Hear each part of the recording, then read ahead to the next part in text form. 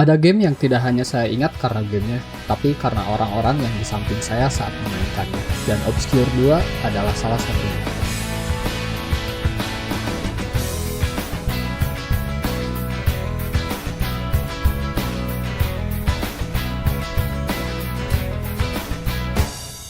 Obscure 2 mungkin bukan game yang sering dibicarakan ketika orang-orang ngebahas game horor, bahkan mungkin tak semua orang tahu game ini.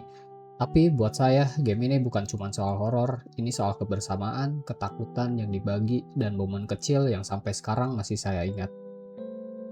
Di video ini saya tidak akan membahas Obscure 2 dari sisi teknis, saya hanya ingin bercerita tentang pengalaman memainkannya, dan kenapa game ini terasa begitu berkesan. Jadi Obscure 2 adalah game survival horror yang dirilis pada tahun 2007. Game ini ada untuk PS2, PSP, Wii, dan juga bahkan PC. Game ini dikembangkan oleh Hydra Vision Entertainment dan dipublish oleh Playlogic Entertainment. Game ini adalah sequel dari Obscure yang pertama. Secara garis besar, cerita game ini berfokus pada sekelompok mahasiswa yang terjebak dalam kejadian aneh di kampus mereka. Semuanya bermula dari sebuah tanaman misterius yang menyebar dan perlahan berubah menjadi sesuatu yang berbahaya. Dari situ kita mengikuti perjalanan mereka untuk bertahan hidup, mencari tahu apa yang sebenarnya terjadi, dan keluar dari situasi tersebut.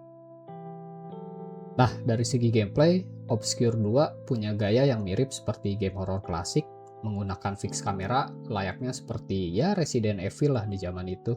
Di sini tuh ya kita tuh harus kayak menjelajahi area, kayak ngumpulin item, nyelesain puzzle, dan bertahan dari musuh-musuh yang bakalan muncul gitu nantinya. Dan kenapa yang ngebuat game ini atau saya memilih game ini gitu, kenapa tidak RE atau Resident Evil, ya karena game ini bisa dimainin berdua bareng temen gitu. Nah ya jadi di situ sih letak kenapa ini game jadi seru gitu buat dimainin.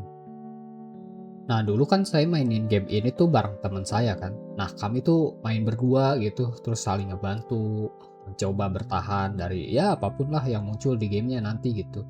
Dan yang menarik gitu, nggak cuma kita main berdua doang gitu. Di sekitar kita tuh ada teman-teman yang lain yang nonton kita gitu pas mainin game ini. Karena kan dulu saya mainin game itu di zaman rental PS kan dulu mainnya. Jadi nggak di rumah sendiri lah gitu. Di sana tuh kami kayak duduk bareng di satu ruangan, menatap layar yang sama juga, ngerasain hal yang sama. Ketika suasana mencekam, kita diam gitu. Terus kayak apa ya, kayak sesuatu tiba-tiba muncul, ya kami wah kayak teriak gitu, kayak ada jump scare kan atau ada zombie atau whatever lah apalah itu gitu. Jadi pas dimainin tuh nggak seakan-akan kita maininnya tuh sendirian gitu, karena kan ada temen kan. Jadi ngebuat ke apa ya, kayak pengalaman mainnya tuh kayak seru aja gitu jadinya. Karena kan sebenarnya saya tuh bukan tipe orang yang suka game horror sih sebenarnya. Jadi game ini tuh kenapa saya suka mainin ya karena ada temen main gitu. Kalau mainin sendiri sih jarang banget saya main game horror. Nah, Obscure 2 itu bukan game yang mudah. Ada puzzle yang harus diselesain juga gitu. Ada momen dimana kita tuh kayak harus mikir lah. Karena kan di gamenya mainin berdua, jadi kadang kayak harus bagi peran gitu. Siapa yang pegang item, siapa yang maju duluan, atau siapa yang nyoba nyelesain puzzle-nya lah gitu. Dan yang paling saya inget waktu itu kan nggak ada guide ya, nggak ada YouTube, nggak ada walkthrough gitu. Jadi kami tuh nggak tahu gitu harus kemana. Terus ya udahlah coba sih ke sini, ke sana gitu. Kalau salah ya ulang lagi. Kalau mati ya ulang lagi gitu, mulai lagi gitu. Jadinya tuh saling ngobrol satu sama lain buat nyelesain puzzle. Bahkan kita mainin ini tuh misal kayak mainin 1 atau 2 jam, belum beres nih. Nah, karena kan nggak punya duit ya buat lanjut gitu. Yang lanjutin tuh temen yang lain tuh, tapi dengan save-an yang sama. Karena kan save-an kita tuh barengan lah gitu. Kalau dipikir-pikir kan gamenya tuh kayak nyebelin lah ya. Karena kan banyak puzzle. Karena kan saya nggak terlalu suka game yang terlalu banyak puzzle ya gitu. Tapi justru itu yang ngebuat ini jadi rame atau seru karena kan maininnya bareng. Jadi mikirnya tuh bareng-bareng lah. Jadi itu yang ngebuat si game ini tuh semuanya terasa jadi lebih hidup. Ada rasa puas gitu kalau udah nyelesain satu bagian, ada puzzle yang beres, karena kan bingung ya mecahinnya dulu gimana. Karena kan nggak ada guide yang sebanyak sekarang lah gitu, karena kan internet juga nggak kayak sekarang itu gampang diakses kan. Dulu kan boro-boro gitu internet. Kalau dilihat lagi sekarang mungkin Obscure 2 bukan game yang sempurna lah.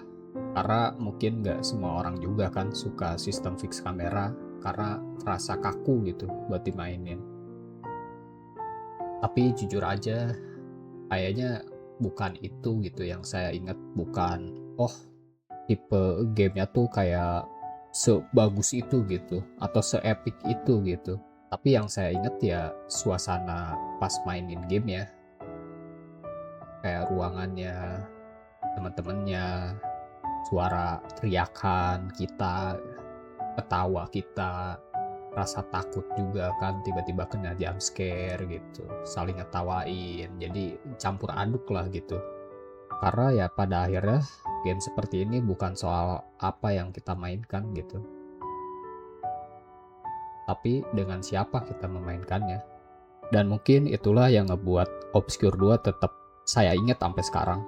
Bukan karena seberapa menyeramkannya game ini, tapi karena momen yang tercipta saat memainkannya. Terima kasih sudah menemani saya mengingat game ini. Saya Ozilen, dan ini adalah Monogatari Play.